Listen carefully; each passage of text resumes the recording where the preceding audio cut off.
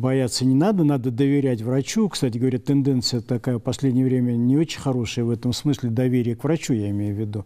Много обсуждается, да, и так далее. На самом деле, я еще раз хочу сказать, сегодня сердечно-сосудистая хирургия располагает полным арсеналом безопасных методов. У нас ведь сегодня больной не остается на операционном столе. Я помню практику, там, скажем, 20-летней, 15-летней давности.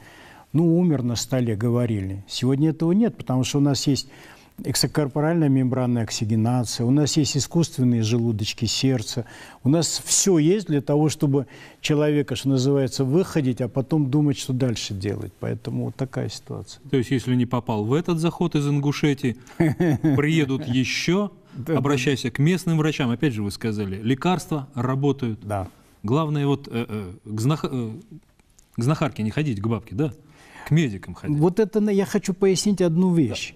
Понимаете, вот когда там зелье какое-то дают, это же, вообще-то говоря, непонятный компот. Почему я об этом говорю? Потому что вот каждая вот такая малюсенькая таблеточка, она содержит компоненты, которые придут туда, куда надо. Вот куда надо, они туда придут, да, потому что так устроен вот человеческий организм, что он живет на градиенте давления. Значит, мы живем на градиенте давления между сердцем и маленькими сосудами, да. Сердце проталкивает, потому что там нет сопротивления.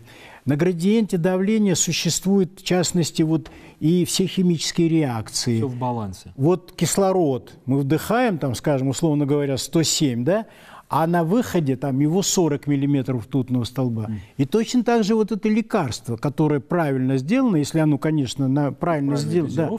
Да, вот такое фабричное лекарство, компоненты его придут туда, куда надо. Вот в чем дело.